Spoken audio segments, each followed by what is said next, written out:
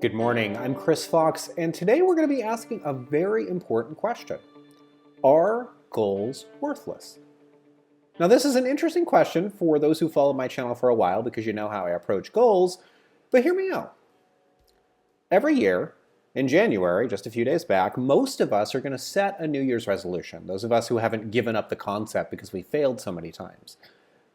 And for those of you that still set these resolutions, 95% of you are going to break them.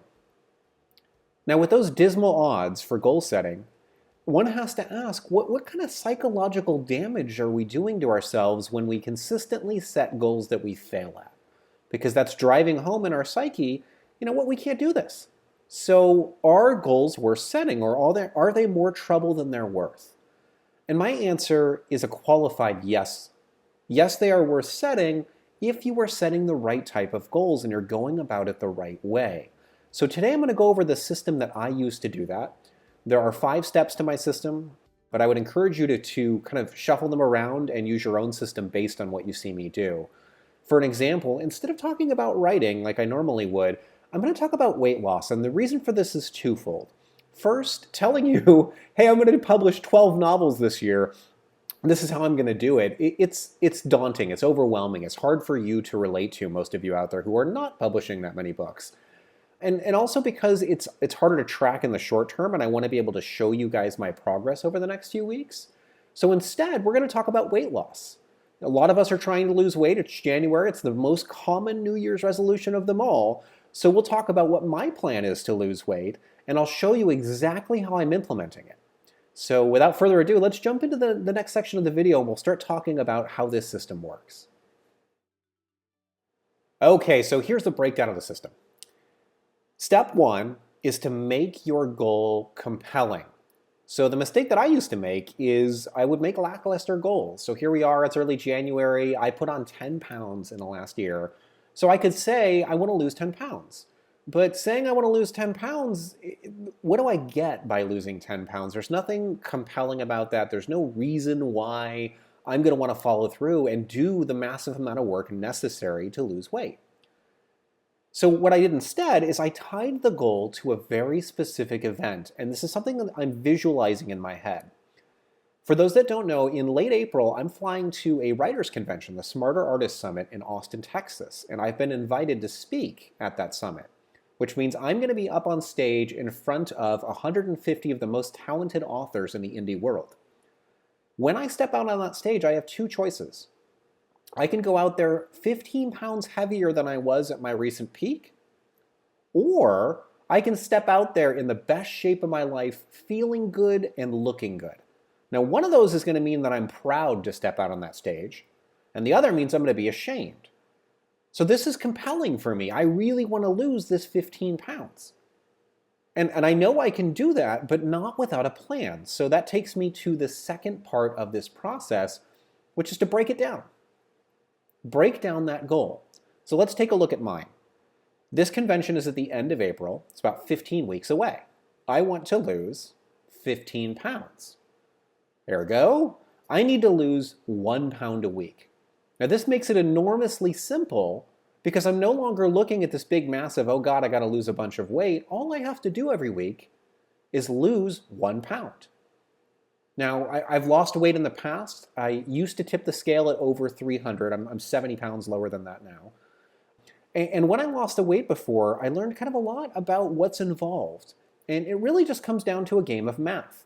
So for those that don't know, a pound is about 7,000 calories.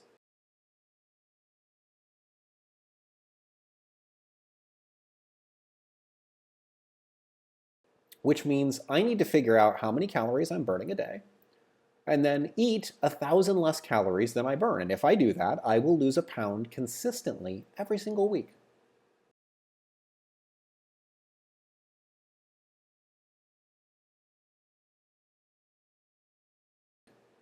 Like clockwork.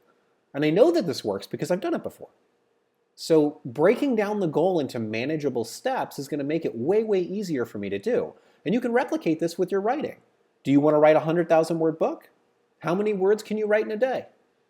Let's say that's going to be 3,000 words in a day. That means it's going to take you 33 writing days to finish that book. If you write 5 days a week, you can sit down on a calendar and actually plot out how long it'll take you to do this. And that has a powerful psychological effect because now your brain sees that this goal is very possible for you to achieve, and you know what work is involved in doing it. Once you've defined that, I move on to step 3 of the process. And step 3 of the process is identifying key habits. So in my case for weight loss, there are 2 very, very, very key habits. The first is that I need to step on the scale every single day. I've got to check in and track what my weight is. If I'm not tracking my weight, it's way too easy to ignore it and to eat badly and to not even know that there are consequences until all of a sudden I don't fit in my pants. So stepping on that scale is critical. Every time I've lost weight in my life, I stepped on the scale every day. And interestingly, looking back at when I started putting the weight on, I can track the change back to me going full-time as a writer because my routine changed.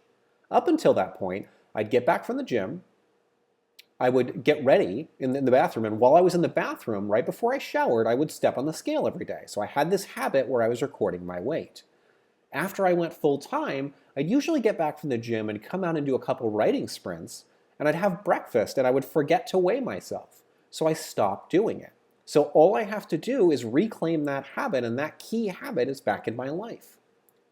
There is another key habit, and it goes hand in hand with the first one, and that's tracking everything that I eat. Now, I use an app called MyFitnessPal. It's super, super easy. It can scan barcodes. It's easy for me to put in anything that I ate, regardless of whether it's fast food or something I purchased at the store. And I'm not trying to get myself, to stop eating all of this junk. I'm just recording anything that goes into my mouth in this app, and that's the habit. And so I started going through these habits again on Monday and have been doing it all week. And at the last segment of the video, I'm actually going to show you my screen. We're going to go to MyFitnessPal, and I'll show you kind of how I did and what the takeaways are and why these 2 key habits are so, so important and what they're doing for me. But for now, let's jump into step 4. Step 4 is be accountable. And by that I mean, if you set this goal, you don't get to fire and forget and walk away and not remember that you set this goal. You need to revisit it every single day. What I'm going to do to make sure that I'm revisiting this goal every single day is make myself accountable to you. So you're going to hear me talk about my weight loss on the channel. I'll mention it briefly in some videos. And then in the email that I send out every week, my newsletter, I'm going to tell you exactly what my weight is. So I've got to announce to the world, hey, listen, either I gained or I lost weight, which means that if I didn't lose weight, I'm going to be embarrassed. And that's going to help me to lose the weight because now I've got a little motivation. I don't want to have to send out an email and tell you, hey, I failed again this week. I want to be able to say I lost 2 pounds instead of the 1 that I was supposed to. So I'm going to make myself accountable, and that really, really helps when setting one of these goals. And the last step is course correcting. So I think the problem is that you may set a goal in January, and by March, that goal is no longer relevant because things have changed. Or it is relevant, but what you're finding is that over time, you're drifting away from the things that you need to do to reach that goal. So what I do is once a week on Fridays, I sit down in the morning and I look at my progress for the week. Am I gaining weight?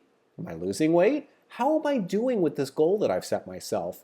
And then I'll go over the food that I ate for the week because it's all written down and I can see where did I mess up?